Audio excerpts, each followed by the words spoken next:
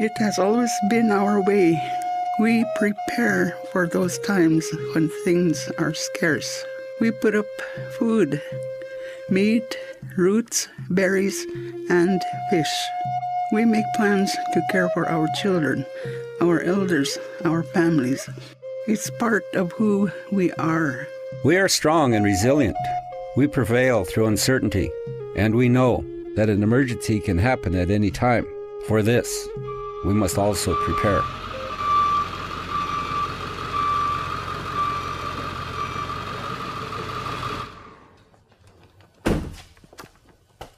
Ishanko, Bazoom. Since the year 2000, tribal leadership has an important duty in preparing for emergencies and disasters. I'm honored today to help you understand your roles and responsibilities in tribal emergency preparedness as tribal leaders and program managers new to emergency preparedness. The safety and security of the people you serve is a top priority. For the next 25 minutes, you'll learn about some of the issues that arise during an emergency incident or event that may occur on or near your reservation. Rancherias, pueblos, villages. You'll gain useful information on all hazard planning, interoperability, and using the unified command system. I'll introduce plans that explain procedures to prepare and provide a safe environment for your tribal community. Please know that you are not alone in developing and maintaining an effective tribal emergency preparedness program. Your tribal emergency manager coordinates with your tribal fire, EMS, law enforcement, public health, human services, medical, and environmental protection. It takes a whole community effort. As one of the over 560 federally recognized tribal governments in the United States and its territories, you may not have all the resources necessary due to your size or remoteness for an effective emergency preparedness program. Establishing sound working relationships with federal, state, and local governments may be necessary due to fee status, border issues, or the locations of tribal lands held in trust. Assistance after an emergency or disaster may come in many forms, from physical resources like cots, shelters, bottled water, food, and generators, to human resources such as public health nurses, behavioral health care providers, or financial assistance. During a public health emergency, tribal staff and volunteers are needed to provide medication or vaccines to the public. Federal, state, local, and tribal health agencies should have plans in place to ensure a quick, efficient, and effective response to a contagious disease or other public health emergency. Point of dispensing, or POD, staff and volunteers open, run, and shut down PODs. They may also be responsible for setting up signs or TV monitors in high traffic flow areas, handing out fact sheets, or providing education. Specific messages about the health threat, the POD process, the medication needed, and other guidelines will be given to PODs before they are activated. Supplies and forms will also be delivered to the POD. And staff officers or security personnel will be in place to ensure the security of the staff, volunteers, and clients coming to or working at the POD. The Strategic National Stockpile, SNS, has large quantities of medicine and supplies to protect people if there is a public health emergency, such as a terrorist attack or flu outbreak, severe enough that local supplies run out. If federal and tribal authorities agree that the SNS is needed, medicines will be delivered to any state in the U.S. in time for them to be effective. Each state has plans to receive and distribute SNS medicines and supplies to local communities as quickly as possible.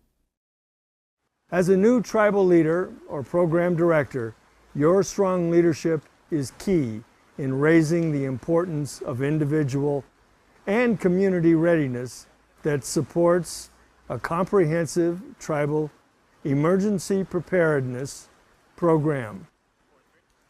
Individual and community preparedness are essential in order to protect the people, natural resources, and infrastructure of your tribal community. Good planning now can decrease fear, reduce losses, and speed recovery. So, let's get started. What are the risks your tribal communities face? What hazards exist in and around your tribal lands? Well, the answers differ from reservation to village, from pueblo to rancheria. They also depend on which part of the country your community calls home, and if you follow Public Law 280 or a closed reservation. The risks and hazards our communities face are not always created by nature. Some are created by people. Knowing the risks that may occur in tribal communities is the first step in being able to manage response and recovery from any disaster or emergency. Even if an incident has not happened in a long time, doesn't mean it won't. We need to stay prepared.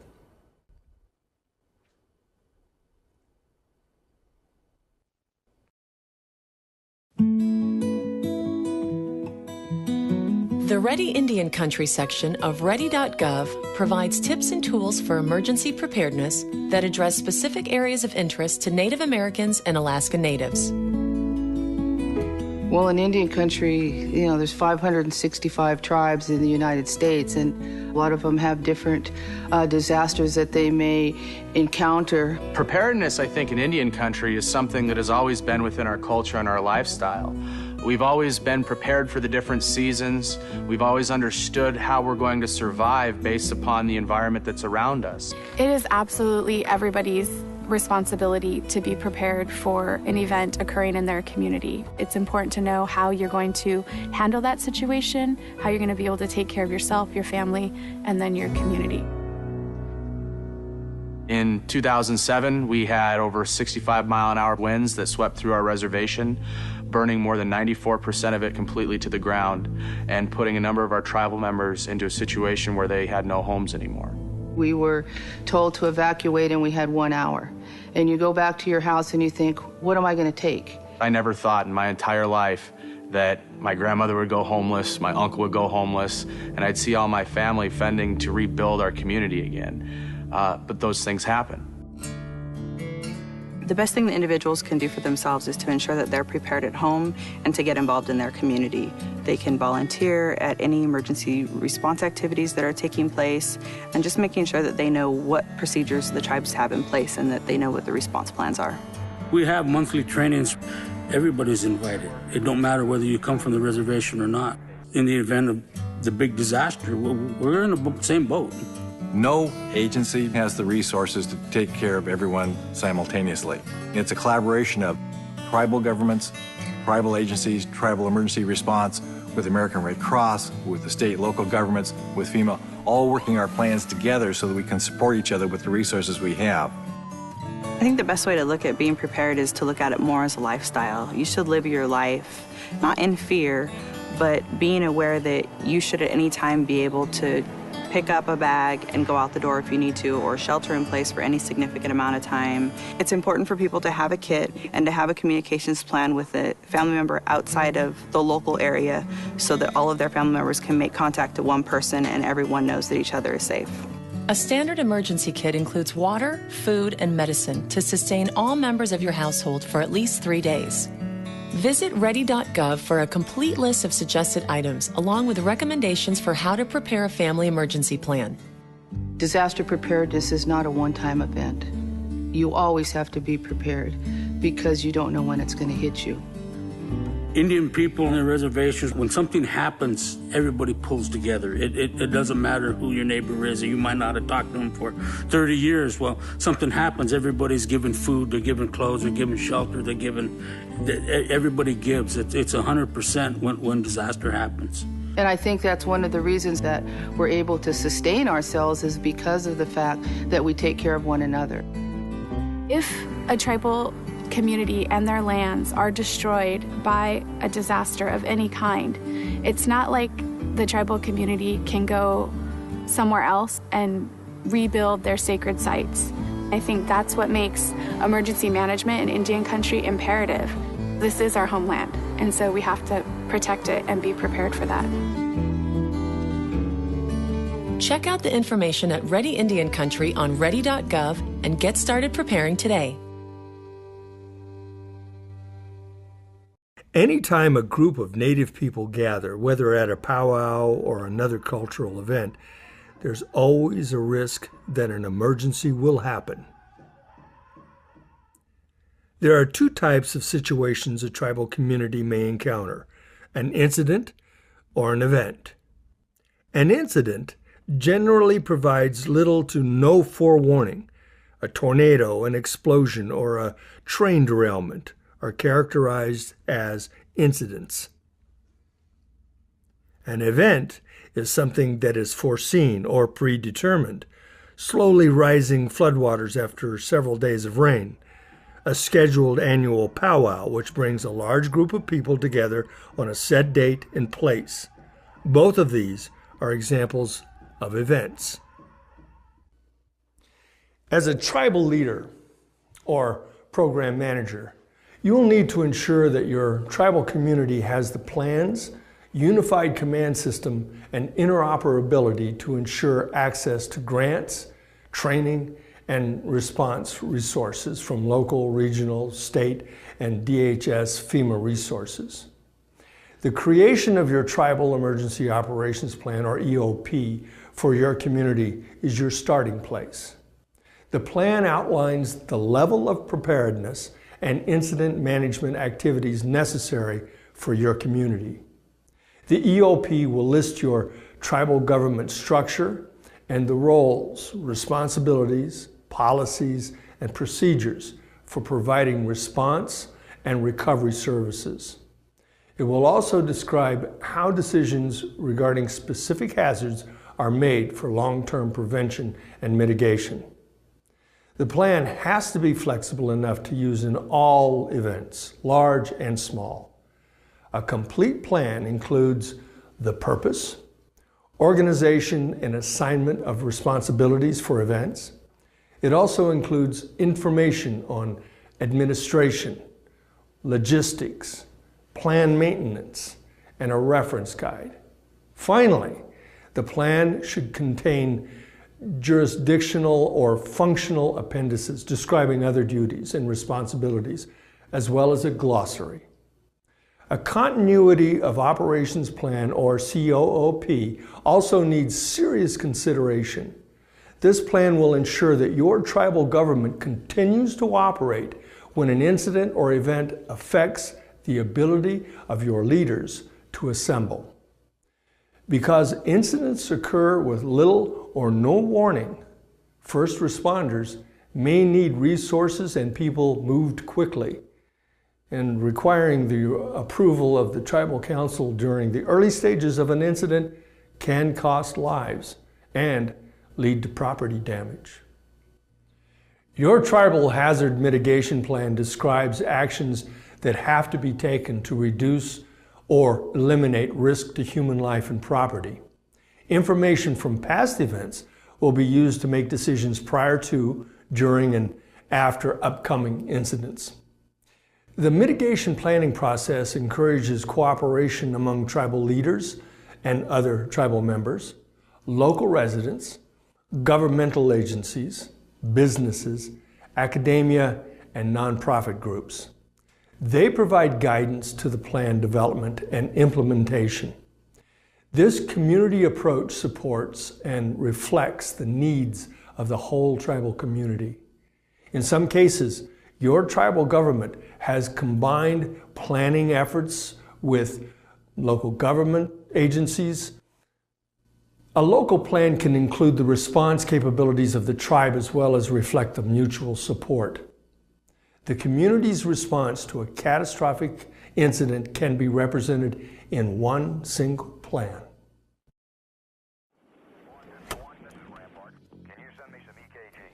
Radio communications for your tribal emergency manager, EMS, fire, public health, and law enforcement is critical for emergency preparedness.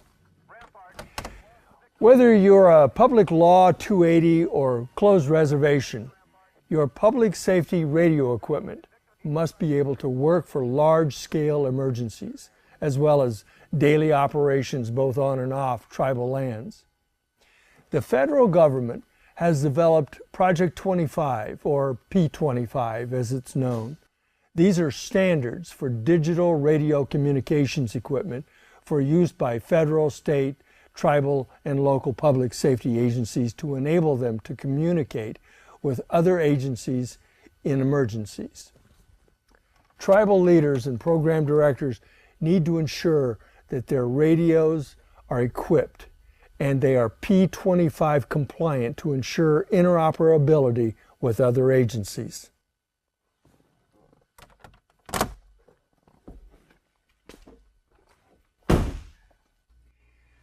The Incident Command System, or ICS, is essential to an effective response and recovery operation.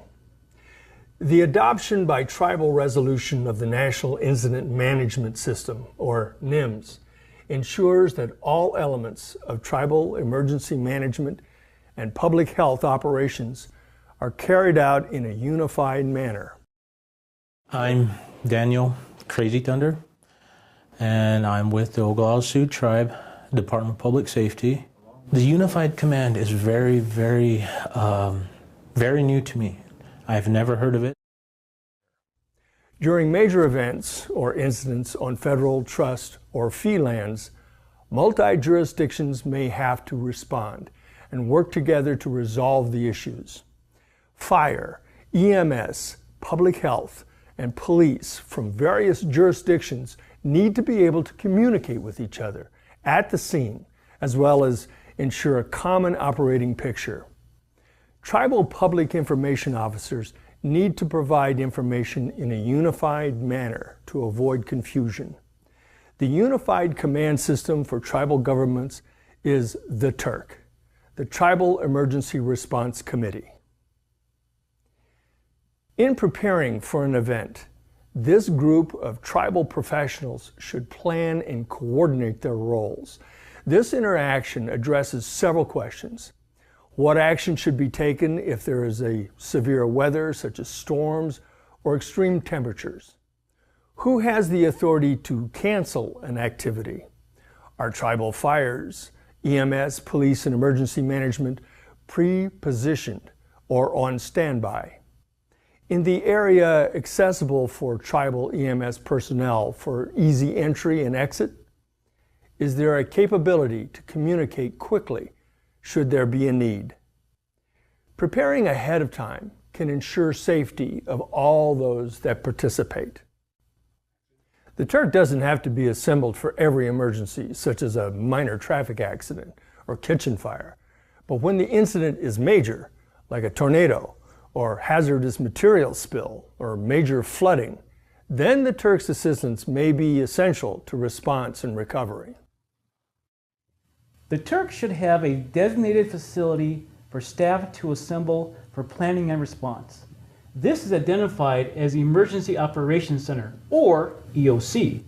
It may be located in a tribal government facility, or it may be located with another jurisdiction's facility, such as a state, regional, or county EOC. Many state and county EOCs have provided a space for a tribal liaison to operate when the incident occurs in their jurisdictions.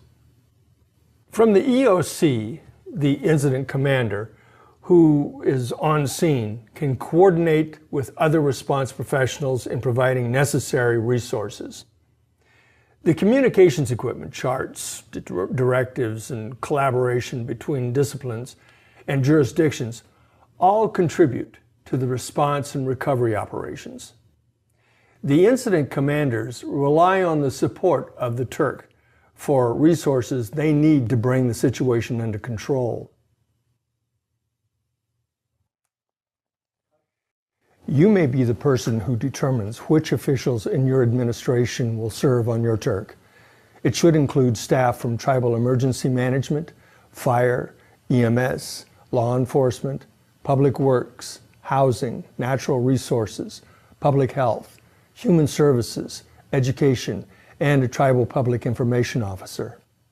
When your tribal emergency response committee is activated, Your unified command decisions will ensure a well-coordinated response, improved communications, and coordination among all participants at all levels of government.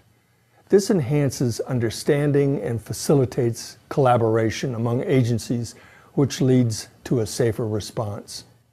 When tribal facilities can be shared, tribal staff and resources can be used more efficiently because duplication is minimized, tribal response costs are reduced, and your community members are provided more accurate and timely information.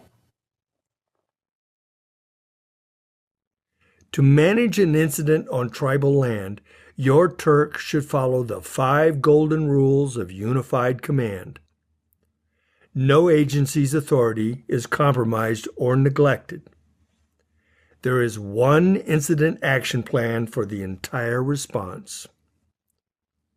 All Turk members and liaisons speak only for their department or agency. Public information statements are made with a single voice. Tribal facilities are shared to manage incidents. Hi, I'm Craig Fugate, the Administrator of the Federal Emergency Management Agency, also known as FEMA. And FEMA, in cooperation and partnership with the National Congress of American Indians, want to take this opportunity to thank you for your leadership, both from the elders and for those that have served defending this country and our veterans. We know it's important in Indian country to prepare for disasters, and we appreciate our partnership working with the sovereign tribes of this country as we build safer communities. Disasters can strike some without warning, but we've been working with and support the recognition that all of us need to be prepared. And so again, it is an honor for FEMA to be part of this process, to recognize the work that's being done in Indian country to prepare for disasters, but also recognize the importance of the heritage that the first Americans bring to our country. So we thank you, and again, we honor our ability to work with you as we work to make sure that Indian country is prepared. Thank you. There are FEMA tribal liaisons for each region in Indian country. Many state and local jurisdictions also have tribal liaisons in their emergency management agencies. A FEMA or state tribal liaison may be part of the response when a federally declared disaster affects your reservation, rancheria, pueblo, or village. Tribal liaisons are important resources who can answer questions and provide technical assistance for responding to a disaster. They serve as the informational gateways to state or federal programs and provide information on funding opportunities that can support disaster mitigation and emergency planning. Tribal liaisons can be contacted through your state's Department of Emergency Management or through the Federal Department of Homeland Security. You can also contact the Department of Health and Human Services Office of Tribal Affairs or your state's health department.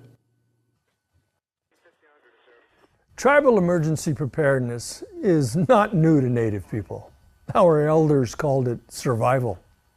They tell us stories about how our communities always made sure they planned for the future to provide their clan or extended families with food, clothing, and shelter for not only the next day, week, or year, but for the future generations.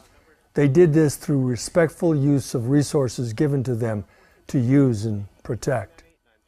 As a tribal leader or program director, you can see the importance of having an emergency preparedness program.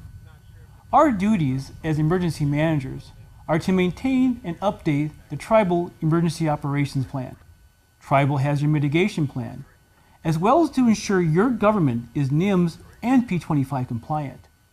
When emergencies occur, we coordinate with all tribal emergency response and preparedness agencies, the Turk, and the local, county, regional, state, and federal response agencies.